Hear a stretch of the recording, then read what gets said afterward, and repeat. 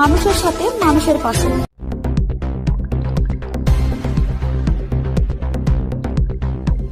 নতুন করে নদী বাঁধে বড়সড় ধস, চরম আতঙ্কে মন্দিরের ঘাট এলাকার মানুষজনেরা। নতুন করে আবারও নদী বাঁধে ধস নামল কাকদ্বীপের রামগোপালপুর গ্রাম পঞ্চায়েতের মন্দিরের ঘাট এলাকায়।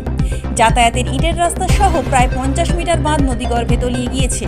চরম আতঙ্কে রয়েছেন এলাকার বাসিন্দারা। মূলত নদীর প্রবল স্রোত, টানা বৃষ্টি ও অমাবস্যার কোটালের জেরে এইরূপ পরিস্থিতি তৈরি হয়েছে। জানা গিয়েছে, গত 1 বছরের মধ্যে এই এলাকায় প্রায় 500 মিটার নদী বাঁধে ধস নেমেছে। নদী গর্ভে তলিয়ে গিয়েছে প্রায় 10টি দোকান সহ প্রচুর গাছ। এরপরই বেশ কয়েকবার বাঁধ মেরামত করা হয়েছিল, কিন্তু নদীর প্রবল স্রোত থাকার কারণে এরূপ পরিস্থিতির সৃষ্টি হচ্ছে। শেষ পর্যন্ত সেচ দপ্তরের আধিকারিকরা সিদ্ধান্ত নেন এই এলাকায় বাঁশের খাঁচা ফেলে নদীর স্রোত ঘোরানো হবে। সেই মতো ওই এলাকায় বাঁশের খাঁচা ফেলা হয়।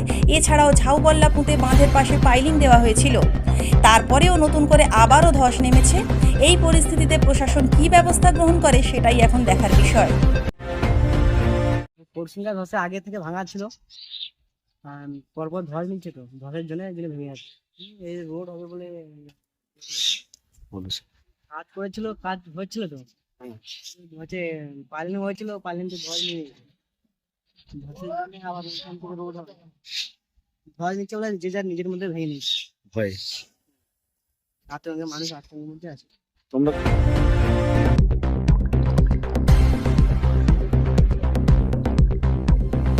কাকদ্বীপ থেকে বঙ্গভূমি নিউজ টিম।